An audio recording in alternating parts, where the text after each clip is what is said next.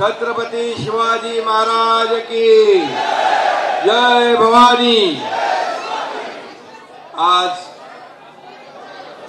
धर्मवीर आनंद दिघे साहेबांच्या नावाचं आपण ठाणे नाही ऑटो रिक्षा आणि धर्मवीर आनंद दिघे साहेब महाराष्ट्र ऑटो रिक्षा आणि मीटर टॅक्सी चालक कल्याणकारी महामंडळाची आपण स्थापना केली आणि त्याबद्दल आपण या जाहीर सत्काराचं आयोजन केलं। याबद्दल मी आपला मनापासून आभारी आहे, आपल्याला मनापासून धन्यवाद देतो। खरं म्हणजे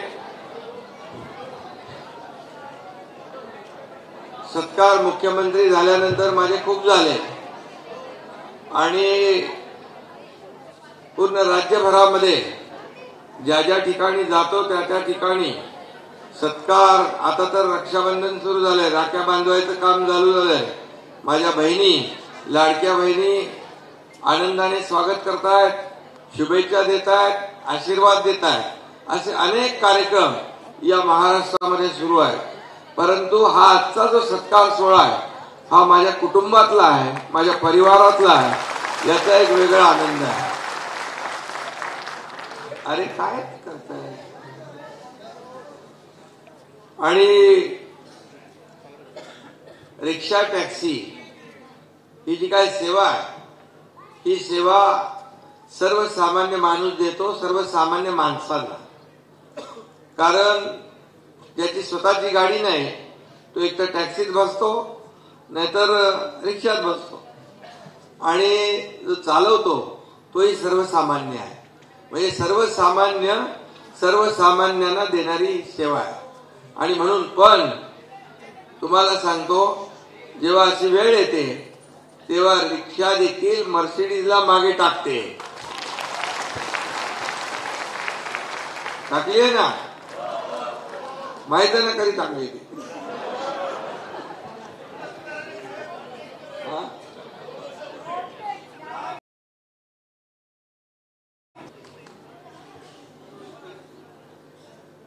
जसं त्यांनी म्हणून आपण रिक्षा टॅक्सी असू द्या हे सर्वसामान्य लोक आहेत आणि त्यांनी कुणाला कमी समजू नये। 2 वर्षापूर्वी या अशाच रिक्षाची किक बसल्याने बरेच जण ठीक झाले ना। बरेच जण फिरायला लागले, कोणाचं काय पाठदुखी गेली, मानाचं दुखणं गेलं, पट्टा गेला, काय काय गेलं। आता काल मी बघितलं ते काळ्या पट्टीचं आंदोलन, कोर्टाने चपराक दिली तर काळी पट्टी लावायच्या ऐवजी तो काळा मास्क लावला। म्हणजे अजून कोविड मधून बाहेर यायला तयार नाहीत आणि लोकांची एवढी अलर्जी अजूनपर्यंत आहे। आणि मग ही अलर्जी जी आहे ही अलर्जी दूर करण्याचं काम, मी डॉक्टर नसलो तरी ऑपरेशन करण्याचं काम एकनाथ शिंदेने केलं। त्यामुळे हलक्यामध्ये कोणाला घेऊ नये आणि मी देखील कुणालाच घेत नाही, म्हणून मी तुमच्या कार्यक्रमाला आलो तिथं। आता मी मुंबईत होतो, आता हे रिक्षा आणि माझं नातं जुनं आहे। त्यावेळेस देखील या ठिकाणी जे जे काही काम मिळालं जबाबदारी ती माणसाने प्रामाणिकपणे पार पाडली पाहिजे। त्यावेळेस देखील रिक्षा चालवत असताना, कंपनीत काम करत असताना, फिशरीज मध्ये मच्छी कंपनीत काम करत असताना, तेव्हा देखील एकनाथ शिंदेने जे काम केलं ते प्रामाणिकपणे केलं, जबाबदारीने केलं आणि खऱ्या अर्थाने आपलं कर्तव्य म्हणून केलं। आणि म्हणून मी कधीही त्याही वेळेस तुम्हा लोकांना पण सांगतो, रिक्षा टॅक्सीवाले जे आपले ड्रायव्हर आहेत, मालक आहेत, आलेलं कुठलंही भाडं, मग आपली भगिनी असेल, आपला बांधव असेल, आपले ज्येष्ठ वडिला सन्मान माणसं असतील, त्यांना कधी भाडं नाकारायचं नाही। कोण कोण नाकारत नाही त्यांनी हातवर करा।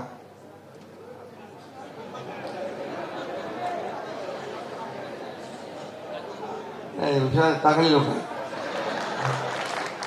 सुधारणा झाली पाहिजे। खरं म्हणजे ग्राहक आपला देवता असतो, बरोबर की नाही? आणि मला आठवत आहे की त्यावेळी देखील नेहमी मी सांगायचो की कुठलंही साधन असू द्या, की कुठलंही काम असू द्या, कुठलंही जबाबदारी असू द्या, ते कुठलंही काम छोटं मोठं नसतं. प्रत्येक काम महत्वाचं असतं आणि ते आपण प्रामाणिकपणे पार पाडलं पाहिजे. तरच माणूस हा आयुष्यामध्ये पुढे पुढे जातो. मला काहीतरी मिळेल, मला काहीतरी मिळालं पाहिजे, मला काय मिळालं यापेक्षा मी समाजाला काय दिलं हे महत्वाचं आहे. आणि मग ही सेवावृत्ती ठेवली तर खऱ्या अर्थाने लोकांची दुआ मिळते, लोकांचा आशीर्वाद मिळतो. आणि म्हणून हा एक छोटासा कार्यकर्ता या ठाण्यातला, या वाघेरी स्टेट मधला, किसन नगर मधला तुमचा एकनाथ शिंदे या राज्याचा मुख्यमंत्री होऊ शकला. आणि म्हणून आदरणीय शिवसेना प्रमुखांचे, बाळासाहेबांचे विचार, धर्मवीर आनंदगे साहेबांची शिकवण जी आहे, ही शिकवण आपण पुढे नेतोय, त्यांचे विचार पुढे नेतोय. आणि खऱ्या अर्थाने आपल्याला माहित आहे की त्या काळामध्ये मी पाहिलं 2 वर्षापूर्वी टीव्हीवर फक्त एकनाथ शिंदेच चालला होता, एकनाथ शिंदेच चालला होता. पूर्ण देशात नाही, 32 देशामध्ये, जगभरामध्ये एकनाथ शिंदे कोण आहे, हुईज एकनाथ शिंदे, एक कुतूहल होतं. का तर सत्ता सोडणारा हा एकनाथ शिंदे होता, मंत्रीपद सोडणारा हा एकनाथ शिंदे होता, सत्ता सोडून पाय उतार होणारा एकनाथ शिंदे होता. आणि माझ्यासोबत 50 आमदार, एक प्रताप संदेगाय, 50 आमदार नंतर तरी आले. तुम्ही तेव्हा आमदार नव्हते, तुम्ही डायरेक्ट खासदार झाले.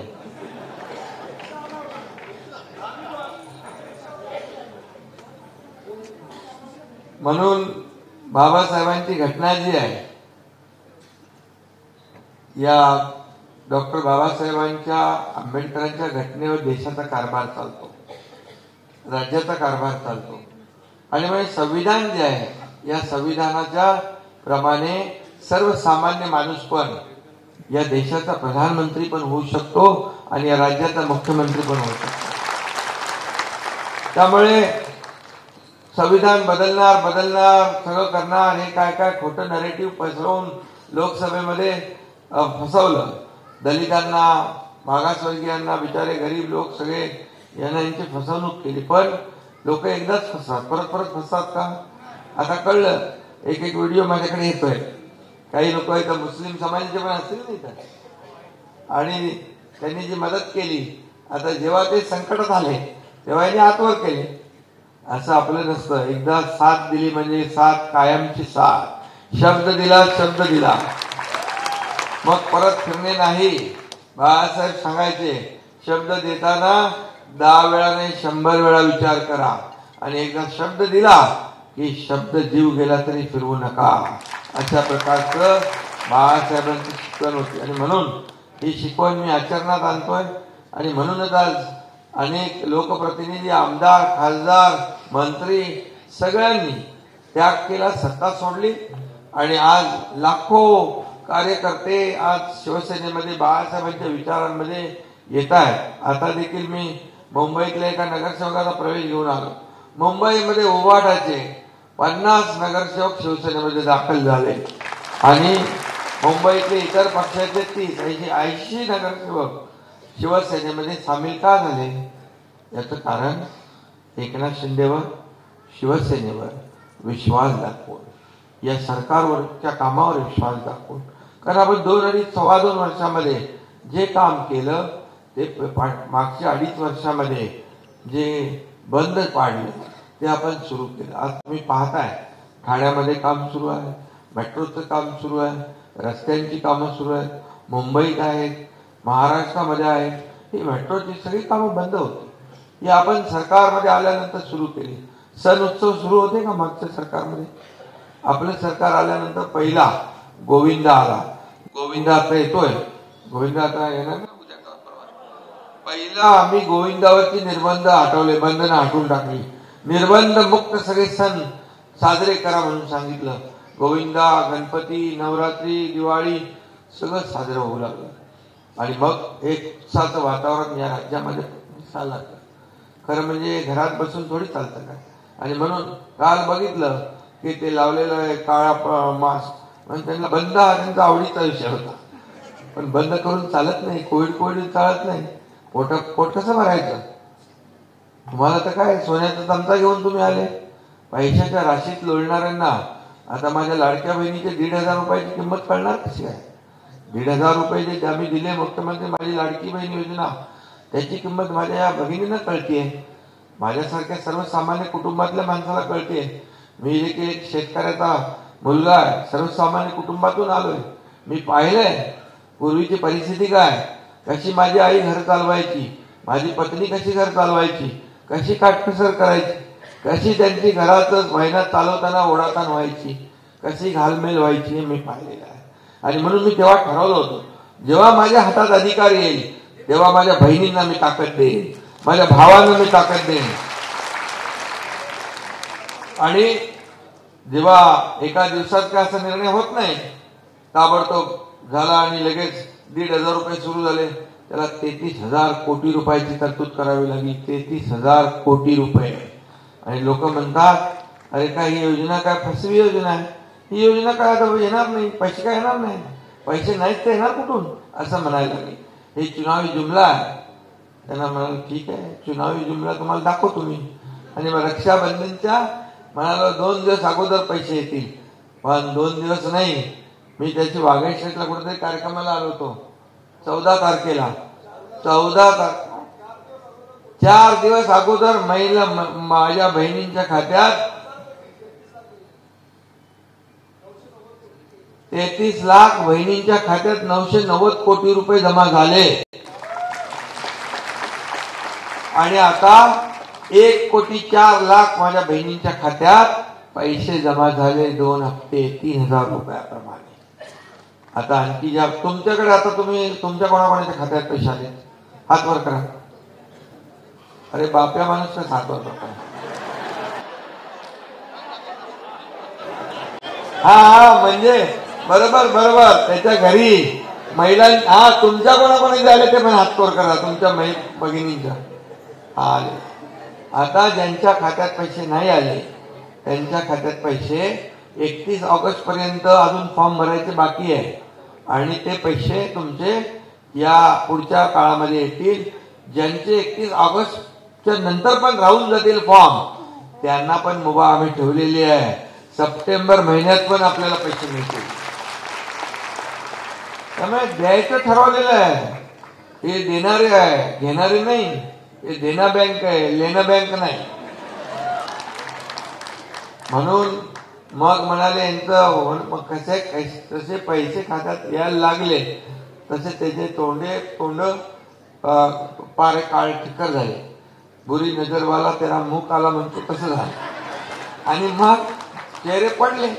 म्हणाले आता पैसे लवकर काढून घ्या, लवकर काढून नाही तर सरकार परत काढून घेईल. काय बोलायचं ते तरी लोकांनी विश्वास तर ठेवला पाहिजे की नाही. म्हणजे ते लवकर काढून घ्या. आणि गर्दी करू लागले आमच्या महिला. काही काळजी करू नका, तुमच्या खात्यातला 1 रुपया कोणी काढणार नाही. कोणाची माय व्यायली नाही, कोणाची हिंमत नाही. एकनाथ शिंदे तुमचा भाऊ तुमचं मागं उभा आहे. आणि कुठल्या बँकवाले पण पैसे कापत असतील त्यांच्यावर पण कठोर कारवाई केली जाईल. आणि म्हणून पैसे काढण्याची चिंता करू नका. कोणी तुमचे पैशाला, हे तुमचे पैसे. आणि फक्त 1,500 थांबणार नाही हा तुमचा भाऊ. तुम्ही सरकारला ताकद दिली तर 1,500चे पावणे 2,000 होणार, 2,000 होणार, 2,500 होणार. आणखी ताकद दिली तर 3,000 होणार. त्यापेक्षा जास्ती ताकद दिली तर त्याच्यापेक्षा जास्ती टाकणार. कारण हे सरकार माझ्या बहिणींच्या खात्यामध्ये हप्ते टाकणार आहे, हप्ते घेणारं सरकार नाही. त्यामुळे हप्ते भरणार आहे. आणि म्हणून मी सांगतो, जे आम्ही बोलतो ते करतो. आणि म्हणून मग ते विरोधक म्हणाले पैसे जमा व्हायला लागल्यावर म्हणाले आता भावांचं काय, लाडकी बहीण झाली, लाडक्या भावाचं काय. लाडक्या भावाचं कधीपासून यांना प्रेम उठले, एक पण राहिला नाही, सगळे निघून गेले. मग बोला आम्ही लाडका भाऊ पण आणणार. मग लाडका भाऊ आता रिक्षा टॅक्सीचे आपले जे लोक आहेत त्यांना सांगतो, तुमची मुलं 12वी पास आहेत, डिप्लोमा आहे, डिग्री आहे, त्यांना 6,000, 8,000, 10,000 महिन्याला प्रशिक्षण भत्ता देण्याचा निर्णय आपल्या सरकारने घेतला. त्यांना अप्रेंटिसशिप देणार, म्हणजे सरकारी कार्यालय असतील त्याच्यामध्ये, खाजगी कंपन्या असतील त्याच्यामध्ये, आणि त्यांना ट्रेंड करणार. जे आपल्याकडे कंपन्या येत आहेत त्यांना ट्रेंड मॅन पॉवर मिळणार. आणि हे देखील आपल्या आजपर्यंत कुठल्याही राज्याने हा निर्णय नाही घेतला. या देशात हे पहिलं राज्य आहे की अशा प्रकारचा निर्णय आपण घेतलेला आहे. आणि मुलींचं सांगतो तुम्हाला, लेक लाडकी लखपती योजना आहे. ती योजना महिलांसाठी मुलींसाठी केली आपण. जन्म झाला मुली, तुम्हाला माहित नसेल तर माहिती करून घ्या. 5,000 रुपये जन्म झाल्यावर, माहित आहे कोणाला? माहित आहे ना. 5,000 रुपये जन्म झाल्यावर, पहिली मध्ये टाकल्यावर 6,000, 5वीत टाकल्यावर 7,000, 11वी मध्ये टाकल्यावर 8,000, 10,000. का? 10वी नंतर शाळा मुलींनी सोडू नये म्हणून. आणि मुलीचं वय 18 झालं की 1,00,000 रुपये तिच्या खात्यामध्ये जमा होणार. ही योजना पण आपण. आणखी एक तुम्हाला सांगतो, मुलींना आता सर्वसाधारण आपल्या परिवारातले लोक, आई वडील मुलांना शिकवलं पाहिजे, मुलगीला थोडं मागे ठेवतात.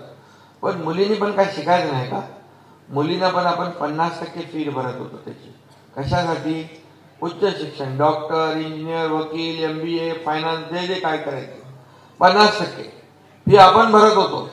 एका मुलीने आत्महत्या केली, 50% फी पालक भरू शकले नाही म्हणून.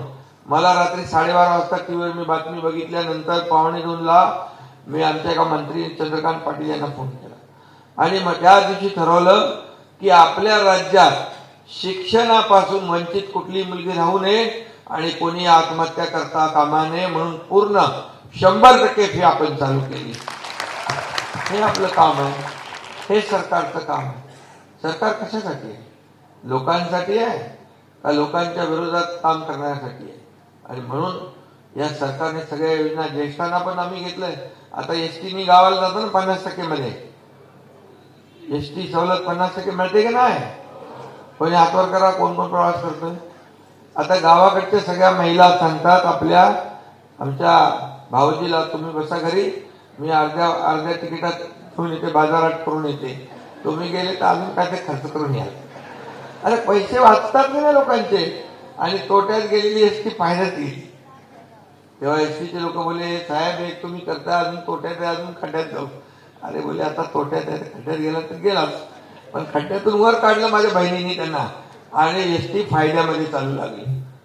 हे सरकारचं काम आहे. म्हणून वयोश्री योजना आपण केली ज्येष्ठांसाठी. त्यांना काय म्हातारपणी हातात काठी असेल, वॉकर असेल, काय कानातलं मशीन असेल, काही घ्यायचं असेल सामान त्यांना, तर 3,000 रुपये त्यांच्या डायरेक्ट खात्यामध्ये डीबीटी करण्याचा निर्णय आपण घेतलाय. ती योजना वयोश्री, ते आपण केला का? चालू झालं ना. वयोश्री योजना आपण केली. आणि मग बोलले आणखी आम्हाला तुम्ही तर देणारच आहे, मग अजून द्या. बोले देता देता देण्याचे हातच घेऊ नका. मग आम्ही वयोश्री योजना, नंतर देवदर्शन योजना केली.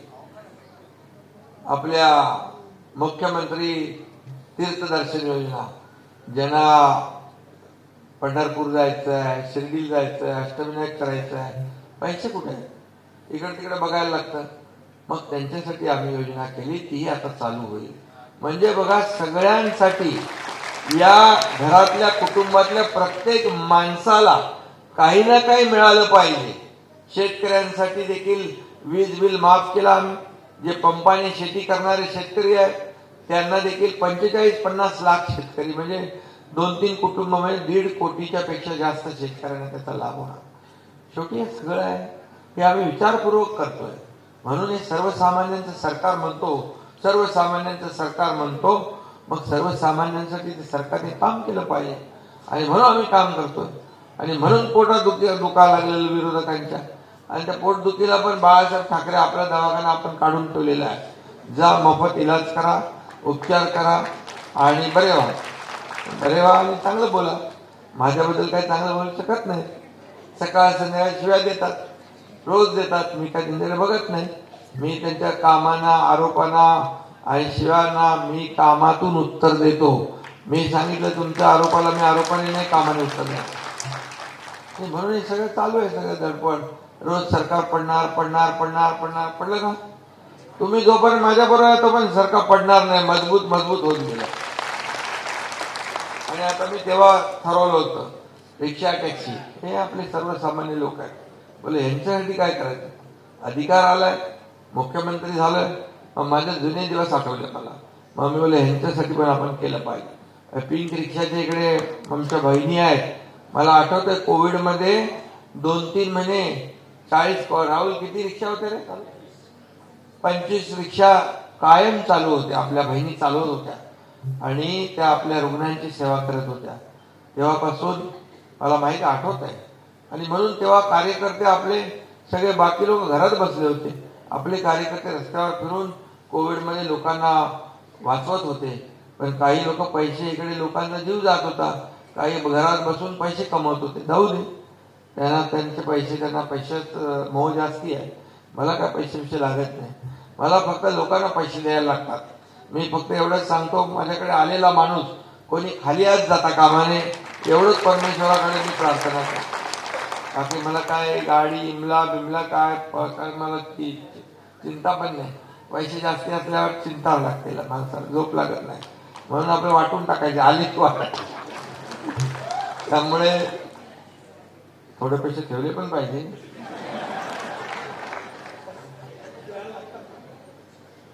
नाही तसं आहे आपल्याकडे बसले चेकबुक. तर आता तुम्हाला मी एकच सांगतो, तुम्हाला काय काय योजना काय आहेत माहिती आहे ना. त्याच्यामध्ये बघा, जीवन विमा व अपंगत्व विमा योजना या मंडळामध्ये आपण घेतलेला आहे. म्हणजे तुमची पॉलिसी, इन्शुरन्स, आरोग्यविषयक लाभ, कर्तव्यावर असताना दुखापत झाल्यास 50,000पर्यंत अर्थसहाय्य मिळणार, पाल्यांच्या शिक्षणास, मुलांच्या शिक्षणासाठी शिष्यवृत्ती, कामगार कौशल्य वृद्धी योजना, 65 वर्षावरील ऑटो रिक्षा टॅक्सी परवानाधारकांना निवृत्ती सन्मान योजनेअंतर्गत सानुग्रह अनुदान पण देण्याचा निर्णय आपण घेतलेला आहे. नवीन ऑटो रिक्षा, मीटर टॅक्सी खरेदी, गृह खरेदीसाठी घेण्यात येणारं कर्ज ते देखील आपल्याला मिळेल, त्याला गव्हर्नमेंट गॅरंटी देईल. नवीन ऑटो रिक्षा, परत त्याचबरोबर राज्यस्तरीय मंडळाने वेळोवेळी मान्यता दिलेल्या इतर कल्याणकारी योजना त्या त्याच्यामध्ये येतील. शासनाने निर्देशित केलेल्या इतर कल्याणकारी योजना आहेत. आणि या सगळ्या योजना ज्या आहेत, या सगळ्या योजना आपल्याला माहिती करून घ्या. आणि म्हणजे जसा एखादा माणूस कंपनीमध्ये काम करतो, जसं आपला आता शासकीय कर्मचारी आहे, तो थोडे पैसे भरतो, सरकार जास्ती पैसे भरते, आणि मग ते एकदम पैसे ग्रॅच्युटी म्हणून त्या कर्मचाऱ्याला मिळतात. तुम्हाला रिक्षा तुमची बंद झालं काय मिळणार, काय नाही मिळणार. आणि मग त्याच्यासाठी आम्ही ही योजना केली आहे.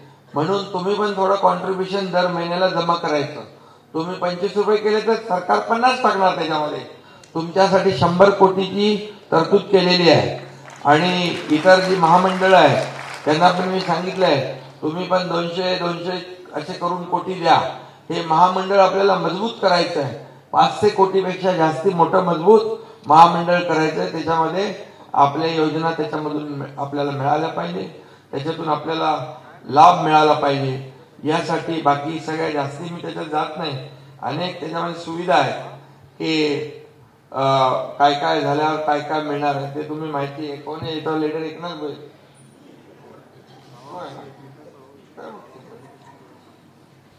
हा ते जाऊ दे, ते झालं, ते मीटर डाऊन झालंय, ते राहुल म्हणा ते झालंय. नाही, हे जे आहे ना तुमचं मागण्या, या मागण्या ज्या आहेत, तुम्ही आज मला सत्कार करायला बोलवलं का मागण्यांना?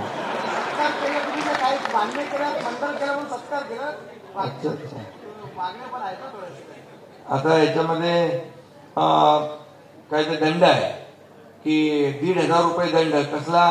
उल्लंघन, वाहतूक पोलीस विभाग, फोटो काढतात आणि हे, बरोबर ना? तुम्ही पण जरा शिस्तीने रिक्षा लावल्या पाहिजे, गाड्या लावल्या पाहिजे.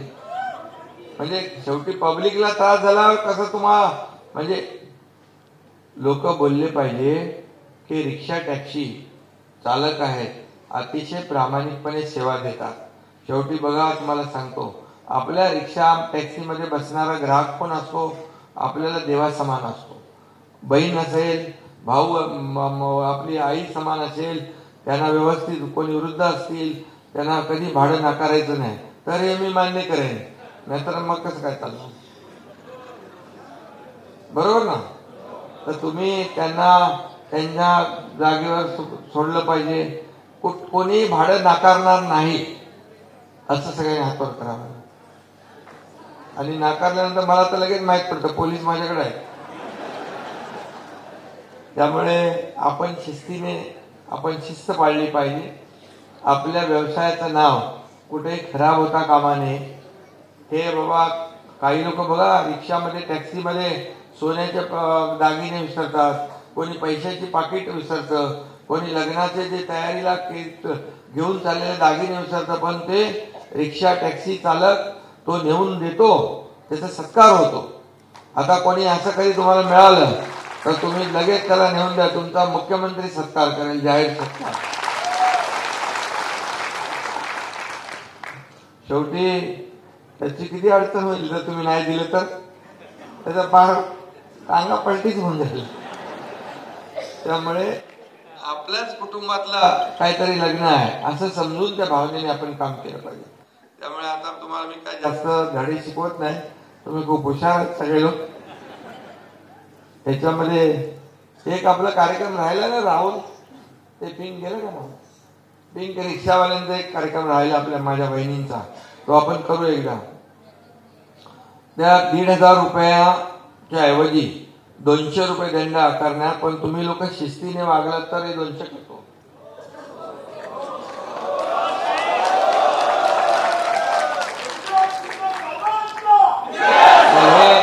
हे 200 रुपये दंड करू आपण आणि त्याच्यावरचा जो दंड व्याज बीज आहे हे सगळं माफ करायला लावू.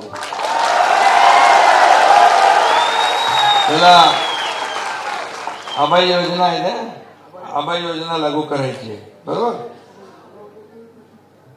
आणि दुसरं जे परवान्यांचं आहे ना, परवाने जास्ती झालेत ना, त्याच्यावर पण आपण निर्णय घेऊ. कारण शेवटी प्रत्येक शहराचं एक लिमिट असतं, तर त्या लिमिटच्या बाहेर गेल्यानंतर ते होत नाही. त्याचबरोबर अरे तुमचं मध्ये आम्ही काहीतरी रद्द केलं ना, पासिंगचा केला ना, एकेकाला 80-90 हजार रुपये दंड लागला होता, तो रद्द केला ना आपण. पासिंगचा तो रद्द केलेला आहे. आणि दुसरं ई रिक्षा बाईक टॅक्सीना महानगरपालिका हद्दीत प्रवासी घेण्यास परवानगी देऊ नये. म्हणजे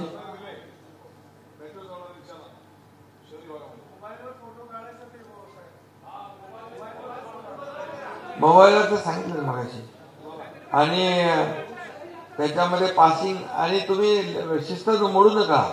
मोबाईलवर कोण फोटो काढतो बघतो मी. आणि दुसरं काय आणखी पार्किंगचा विषय आहे, थर्ड पार्टी विमा विषय आहे.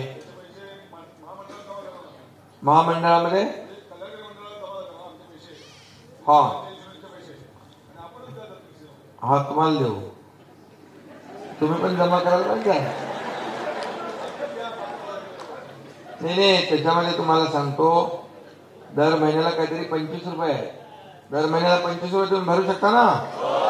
मग तुम्हाला एकदम जेव्हा ग्रॅज्युटी तुमचं वय झालं की ग्रॅज्युटी मिळेल, तुम्हाला पेन्शन टाईप मिळेल.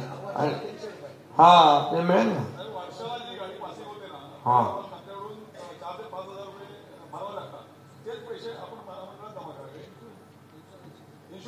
आता सगळं माझ्या तोंडपाठ नाही रे बाबा, मला त्याचा अभ्यास तर करू दे. मला वाटतं तुम्ही मला सत्कार करायला बोलवलं इकडे. तुम्ही तरी असू द्या, तुम्हाला सगळं देऊ, काळजी करू नका. कारण तुमचं आणि माझं नातं फार जुनं आहे. त्याच्याने काय एवढं सरकारला फरक पडणार नाही. सरकार आपलं मजबूत आहे आणि हे सरकार पण आमचं 3 पक्षाचं आहे. ड्रायव्हर मी आहे, त्यामुळे काय प्रॉब्लेम. हा रिक्षा भवन बांधायचं काम तुम्ही दोघं आमदार आणि खासदार करा. रिक्षा भवन पण बांधून देणार तुम्हाला, पहिला रिक्षा भवन.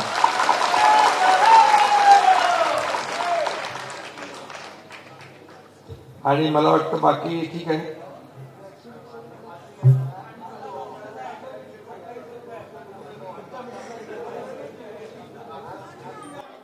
टेस्टिंग साठी काय कसलं टेस्टिंग आहे? हा तुम्ही एक काम करा, तुम्ही प्रमुख लोक आहेत ना, तुम्ही एकदा या मामा आणि एकदा बैठक घेऊ. या बैठकीमध्ये आपण काय काय आपल्याला तुमची अडचणी आहेत त्या अडचणी सांगा आणि आपण त्या सोडवणारा मी आहे ना आता. त्यामुळे काय चिंता करू नका.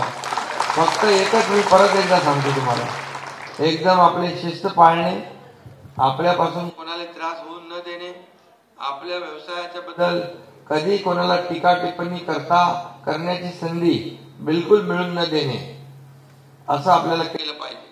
समजलं की नाही? मग तुम्हाला जे पाहिजे ते सरकारच्या वतीने आपण देऊ. आणि आपल्या महिला भगिनी माता भगिनी ज्या आहेत यांचं रक्षण करणं, त्यांना मान सन्मान देणं हे आपण केलं पाहिजे. तर आपल्या महाराष्ट्र छत्रपती शिवाजी महाराजांचा महाराष्ट्र आहे. आणि म्हणून आज पण आम्ही कॅबिनेटमध्ये निर्णय घेतला आहे, जो कोणी असा आमच्या माता भगिनींच्या अब्रूची खेळ करण्याचा प्रयत्न करेल त्याला कठोर म्हणजे फाशीची शिक्षा झाली पाहिजे. अशा प्रकारचं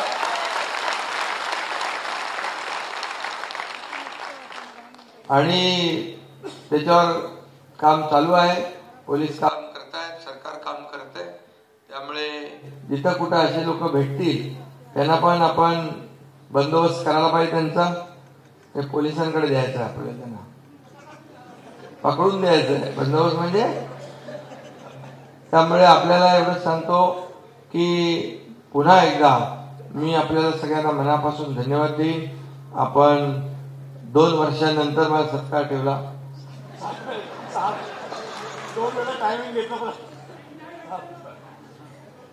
वेळ मलाच नाही मिळाला, कारण मी आता राज्यभर दौरे करतोय सगळीकडे. आता तब्येत माझी जरा थोडी खराब आहे, पण मी आज जळगाववरून इथं आलो. काल यवतमाळला होतो.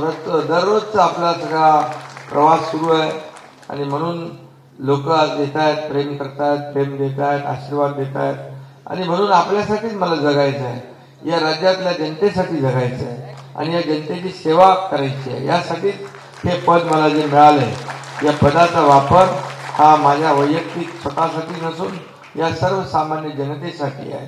आणि सर्वसामान्य जनतेचं हित, या राज्याचा विकास, आणि हेच माझं ध्येय आहे. आणि म्हणून या राज्यातला प्रत्येक माणूस, शेतकरी, कष्टकरी, कामगार, वारकरी. आता वारकऱ्यांना मला सांगा, कधी कुठला मुख्यमंत्री गेला होता पंढरपूरला 2-2, 3-3 दिवस अगोदर तयारी बघायला गेला होता कधी? वारकऱ्यांना प्रत्येक दिंडीला 20-20 हजार रुपये अनुदान यावेळेस पहिल्यांदा आपण दिलं. त्यावेळेस वारकरी संप्रदाय फार मोठा आहे.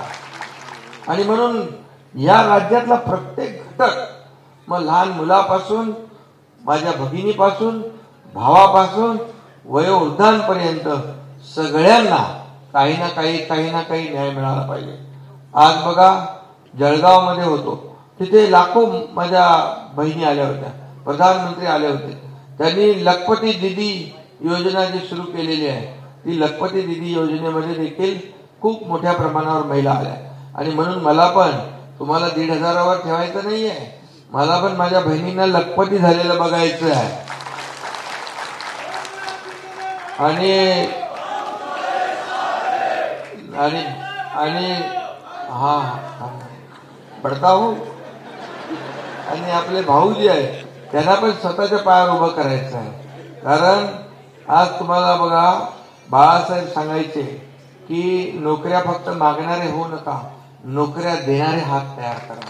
आणि मग नोकऱ्या देणारे हात पण आपण तयार करतो. आणि म्हणून हे राज्य जे आहे, हे राज्य आपल्या सर्वांचं आहे. आणि म्हणून या राज्यामध्ये कोणी दुःखी कष्टी असता कामा नये, याचा आपण प्रयत्न करतोय. 2 वर्षात काय काय करणार मी? सगळे येत आहेत, बोले अरे मला 2 वर्षात तुझी मागणी बोलतो 40 वर्षापूर्वीची आहे. बोला आतापर्यंत तो आला नाही, 2 वर्ष मला झाले, थोडं टाइम तर दे. नाही नाही, आम्हाला विश्वास आहे तुम्हीच देणार. अरे एकदाच कसं देणार सगळं? पण लोकांचा विश्वास आहे म्हणून लोक येतात. आणि म्हणून मी सर्वसामान्यांचा मुख्यमंत्री म्हणतो. मी काय म्हणतो, सीएम मीन्स चीफ मिनिस्टर सगळे म्हणतात, पण मी म्हणतो सीएम मीन्स कॉमन मॅन, सर्वसामान्य माणूस. आणि म्हणून या सगळ्या लोकांना भेटत असतो. आणि म्हणून आपल्याला सगळ्यांना मनापासून या ठिकाणी धन्यवाद देतो आणि सगळ्यांना शुभेच्छा देतो. आणि एकदा आपण बैठक घेऊ, त्याच्यामध्ये सगळं विषय सोडवूया. धन्यवाद. जय हिंद, जय महाराष्ट्र.